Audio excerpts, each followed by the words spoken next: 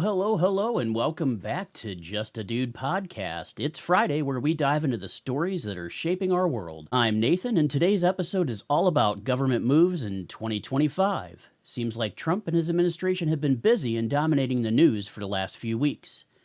We're talking about the newly formed Department of Government Efficiency, or DOGE, led by Elon Musk and Vivek Ramaswamy, and questioning if their cost-saving measures are about efficiency or overreach. We'll also explore President Trump's tariff strategies, a tragic medical plane crash, tax cut proposals, internal changes at the FBI and DOJ, wildfires in California, the potential closure of USAID, border tariff exemptions, protests against new policies, and the cultural event of Super Bowl 59 in New Orleans. Let's get into it. First, let's do a deep dive into the whirlwind actions of the newly formed Department of Government Efficiency, or DOGE, as it's become known. Led by the tech mogul Elon Musk and entrepreneur Vivek Ramaswamy, DOGE has hit the ground running since President Trump's inauguration on January 20th of this year. They've claimed to save taxpayers a staggering $1 billion per day by cutting what they perceive as wasteful government spending. This means in just over 2 weeks, we're looking at a total savings of about $17 billion in taxpayer money. But how exactly are they achieving this? Well, they've started by canceling contracts related to diversity, equity, and inclusion across federal departments, saving about $145 million. They've also terminated government leases for empty office spaces, which not only cut cost, but also seems like a smart move in our increasingly digital world. On the hiring front, DOGE has put a freeze on non-essential positions, aiming to streamline government operation. But here's where it gets dicey. By focusing heavily on DEI programs, some are questioning if this is about efficiency or ideology. Critics argue that while these savings are impressive, there's potential for downside. Cutting DEI initiatives might affect workplace diversity and inclusivity in government sectors, which could have broader implications for policymaking and public service. Additionally, there's the question of whether these cuts will lead to long-term efficiency or if they're just a short-term band-aid on a much larger fiscal wound.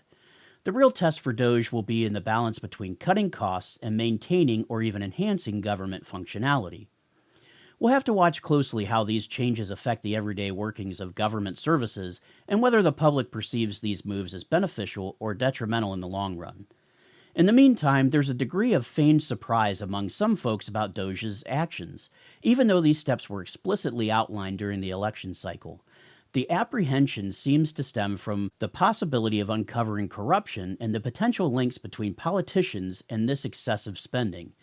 It's crucial that once we pinpoint this inefficiency, we hold accountable all politicians involved, irrespective of their political affiliations. The evidence of corruption within our government, as highlighted by these savings in the last few weeks, is definitely undeniable. It'll be fascinating to see how the American public responds to these revelations. Moving on, let's talk about President Trump's latest economic strategy, imposing hefty tariffs on our neighbors and one of our largest trading partners. President Trump's decision to impose tariffs on Mexico and Canada sparked immediately and significant reactions, leading to enhanced cooperation on several fronts between these North American neighbors. The tariffs were primarily aimed at addressing the issue of illegal immigration and drug trafficking, particularly the flow of fentanyl into the United States. This move, while initially met with resistance, quickly transitioned into a catalyst for negotiations and cooperation, which we believe was the main point of these tariffs in the first place. In response to the tariff threats, Mexico and Canada swiftly engaged in dialogue with the U.S. administration. Mexican President Claudia Sheinbaum, for instance, deployed additional National Guard troops to secure the border, aiming to curb both illegal immigration along with drug smuggling as well. This was a direct response to Trump's tariff threat, showcasing how economic leverage can push for immediate action on security concerns.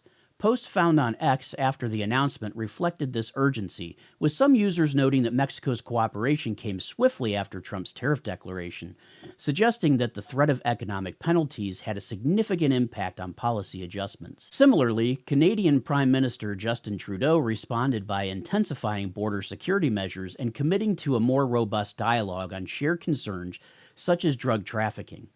The dialogues and subsequent actions post-tariff announcements were not just about averting trade wars, but also about fostering a new level of cooperation between these North American countries.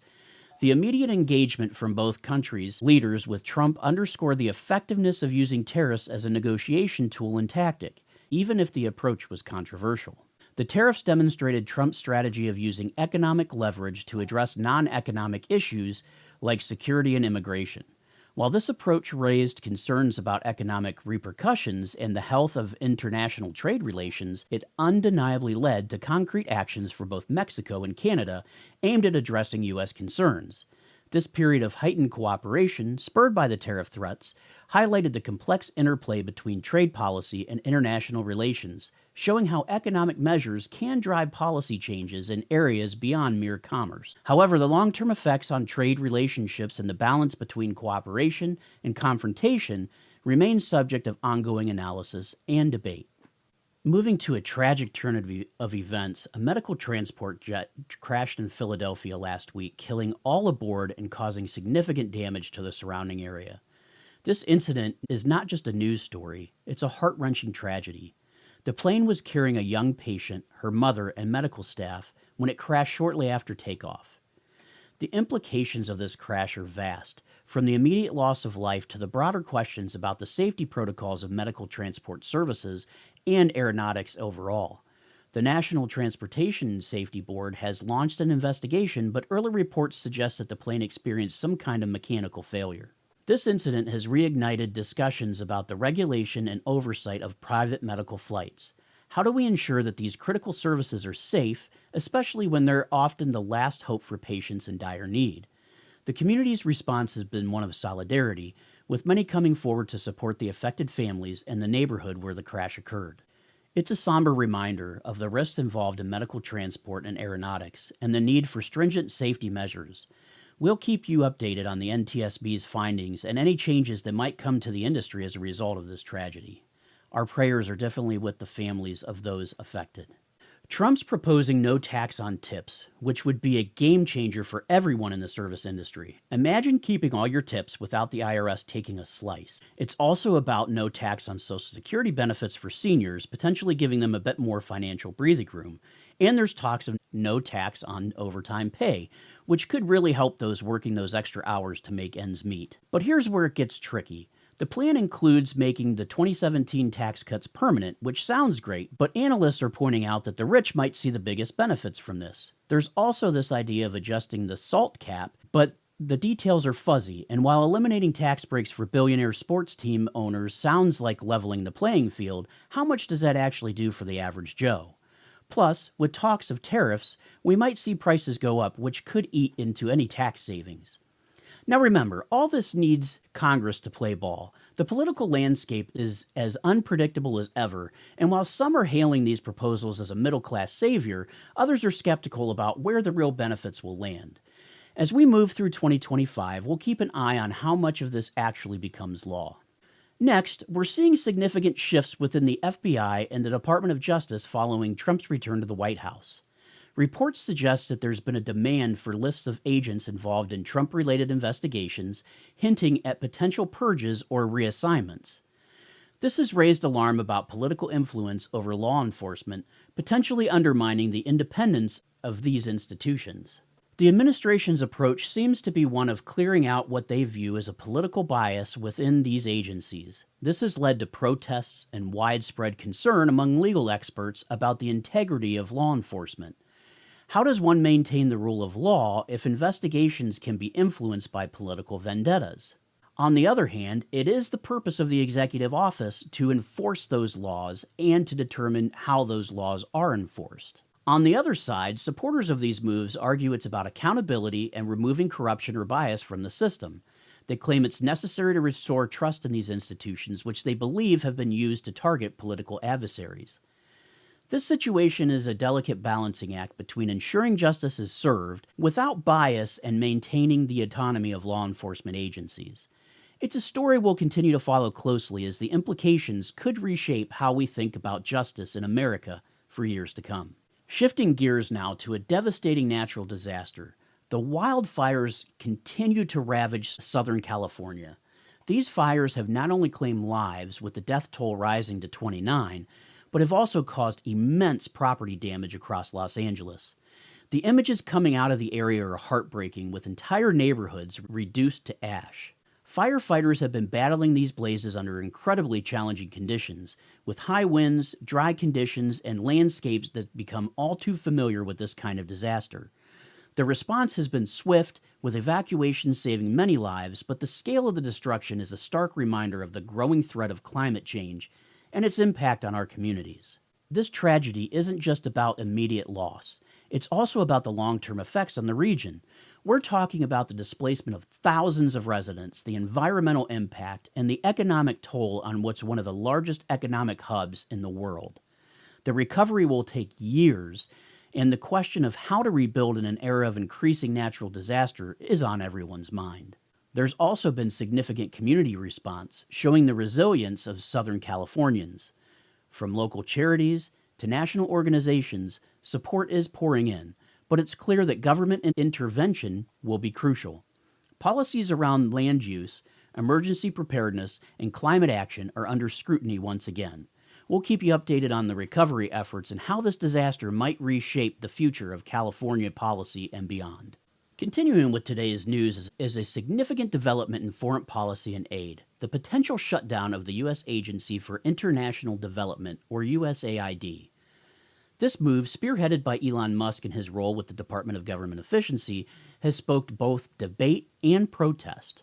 USAID has been a cornerstone of American foreign aid, working to promote global health, democracy, and economic growth in developing countries.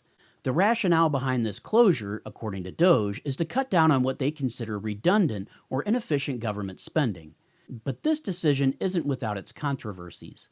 Critics argue that dismantling USAID could diminish America's global influence in humanitarian efforts, particularly in regions where U.S. support is crucial for stability and development. The protests outside USAID's Washington building highlight the public's concern over the implications of such a policy. There's a fear that without USAID, the U.S. might lose a soft power tool in the international relations, potentially leaving a vacuum that could be filled by other nations or leading to increased global instability. Moreover, the immediate impact on the livelihoods of those employed by USAID and the programs they support worldwide is a pressing concern. Musk and the DOGE team argue that this is about rethinking how aid is delivered, possibly shifting to the private sector solutions or more direct, targeted interventions. But the debate is far from settled. This move might force a reevaluation of how the U.S. positions itself in global aid efforts, possibly leading to new models of international cooperation, or conversely, a retreat from traditional roles in global leadership. It wouldn't be a Trump administration without us talking about protests from the other side that have erupted outside the Department of Labor in Washington, D.C. Sparked by President Trump's early actions in his second term, these aren't just any protests. They're a clear sign of public dissent against what many see as aggressive policy shifts. The demonstrators were vocal, chanting "workers over billionaires" and holding signs that read, "Democracy is not a spectator sport. Do something." It's a direct response to Trump's policies, particularly those aimed at reducing federal workforce and altering labor regulations. There's a palpable sense of frustration with how these changes might affect the average worker, not to mention the broader implications for labor rights and protections. One of the key points of contention is the involvement of high-profile figures like Elon Musk in these policy shifts. Musk's role in leading the Department of Government Efficiency has led to concerns about corporate influence and government decisions, especially those related to labor and economic policy. Critics argue this could skew policies in favor of big business at the expense of the working class. The protests also highlight a broader cultural divide in America. On one side, there's support for cutting what's perceived as government bloat, with some believing these actions will lead to a leaner, more efficient government. On the other, there's fears that these cuts were more about ideology than practicality, potentially dismantling vital protections and services for the sake of political gain. These demonstrations are not just about voicing opposition. They're about setting a tone for the resistance to come. They're a reminder that policy changes, especially those impacting labor, health, and civil rights, will face scrutiny and opposition. As we move forward, it'll be interesting to see how these protests influence policy, or if they'll become a regular feature of Trump's second term, like we saw in the first. One key item to remember is that voters who voted for President Trump wanted exactly what is happening. Reducing the size of government is a concept that resonates deeply with many of Trump's supporters for several reasons. Firstly, they argue that a smaller government inherently leads to less bureaucratic red tape, which in turn can foster a more dynamic, efficient economic environment.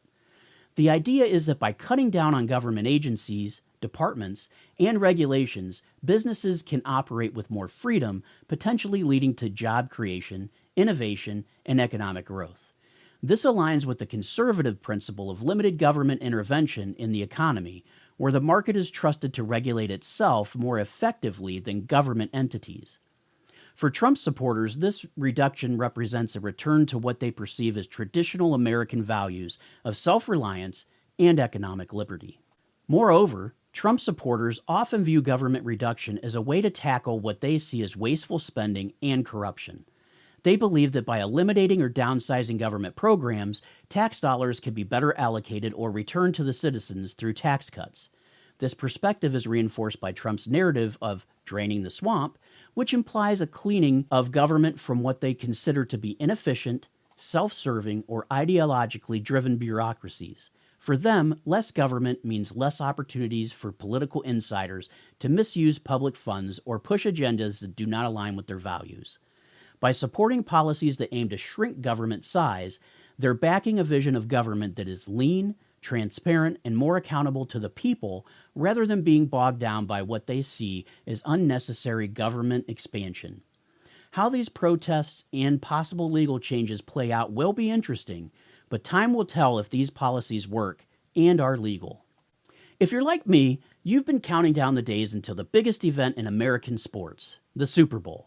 While most of us probably don't have our favorite team in the Super Bowl, and if you're a Browns fan like me, probably never will, this year's Super Bowl 59 is set to be a spectacle for the ages, with the Kansas City Chiefs looking to make a history by clinching a third consecutive championship against the Philadelphia Eagles. But let's talk about more than just the game. Let's dive into the spectacle that surrounds it. First off, the location. New Orleans at the Caesars Superdome. This isn't just your average sports venue, it's steeped in Super Bowl history, hosting the event for the 11th time. The city itself is buzzing with excitement, turning the Super Bowl into a week-long festival. From Mardi Gras parades to celebrity sightings, the atmosphere in New Orleans is electric, making this Super Bowl a cultural event as much as a sporting one. Now let's talk about the halftime show, because, let's face it, for some folks, that's the only reason you watch. This year's we've got Kendrick Lamar headlining what promises to be an unforgettable performance. Known for his electrifying shows and deep catalog, Lamar's selection has fans and critics alike speculating about surprise guests, set design, and what political or social messages he might weave into his performance. It's not just entertainment, it's a moment where music, culture, and sports intersect in a massive live platform. And we can't forget about the commercials. Super Bowl ads are legendary for being the place where brands go all out, spending millions for seconds of airtime. This year's lineup includes everything from the heartwarming to the outright bizarre. There are whispers of celebrity endorsements, with rumors of everything from space-themed ads to nostalgic tributes. But beyond the laughs and the tears, there's also the economic impact. These ads drive conversations, trends, and consumer behavior for weeks after the game. So whether you're in it for the football, the music, or the commercials, Super Bowl 59 is shaping up to be more than just a game. It's an experience. Finally, the Trump administration has faced significant scrutiny for not fulfilling Donald Trump's campaign promise to end the Russian-Ukraine war by Inauguration Day. During his campaign, Trump repeatedly boasted that he could resolve the conflict within 24 hours of taking office, a claim that has now proven to be hollow. Despite these assurances, the war in Ukraine has persisted with no signs of an immediate ceasefire or peace deal in sight. Critics point out that this failure not only undermines the credibility of Trump's foreign policy approach, but also raises questions about the feasibility of his negotiation tactics. The administration's early statements and actions suggested a more conciliatory stance towards Russia, yet this did not translate into the swift resolution that was promised. Instead, the conflict has continued, with recent developments showing Russian forces still engaging in active combat and Ukraine struggling to maintain its defenses. This discrepancy between Trump's bold promises and the reality on the ground has fueled skepticism among both international observers and domestic constituents.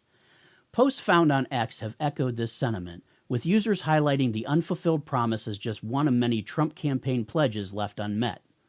The administration's new timeline of aiming to end the war within 100 days, as stated by Trump's special envoy for Ukraine, Lieutenant General Keith Kellogg, further illustrates the gap between what was promised and what has been achieved, casting doubt on the administration's ability to manage complex international conflicts effectively. While I lean to the right on most ideals, I felt this was important to make this call out as it was a promise made that has not been kept yet. But I put the caveat on yet as I am hopeful that we can still end this war. I feel it's important to hold all politicians accountable to their promises, regardless of the letter behind their name. And that wraps up another packed episode of Just a Dude podcast. From the whirlwind of government efficiency with DOGE, to the tremors felt from new tariffs on our neighbors in China, the tragic medical transport crash in Philadelphia, Trump's tax relief plans, shifts within the FBI and the Department of Justice, the devastating wildfires that continue in Southern California, the potential closure of USAID, protests against policy changes, and the cultural phenomenon that is Super Bowl 59, we've really covered a lot of ground today. Remember, all these stories are about more than just headlines. They're about the real world that impacts our lives, our economy, and our safety. Whether it's questioning government overreach or celebrating the vibrancy of New Orleans during the Super Bowl, these are the topics that shape our discussions and our future. If you have thoughts, questions, or just want to chime in on any of these topics, hit me up on all social media, including X, where you can find me at JustADudePC. I love hearing from you all, and it's your input that really helps keep this podcast grounded in the reality of everyday dudes and dudettes like us. Thanks for tuning in to Just a Dude podcast. Don't forget to subscribe if you haven't already, and stay tuned for more episodes where we'll continue to explore the complexities of our world, one story at a time. Until next time, keep questioning, keep discussing, and keep being you. Catch you later.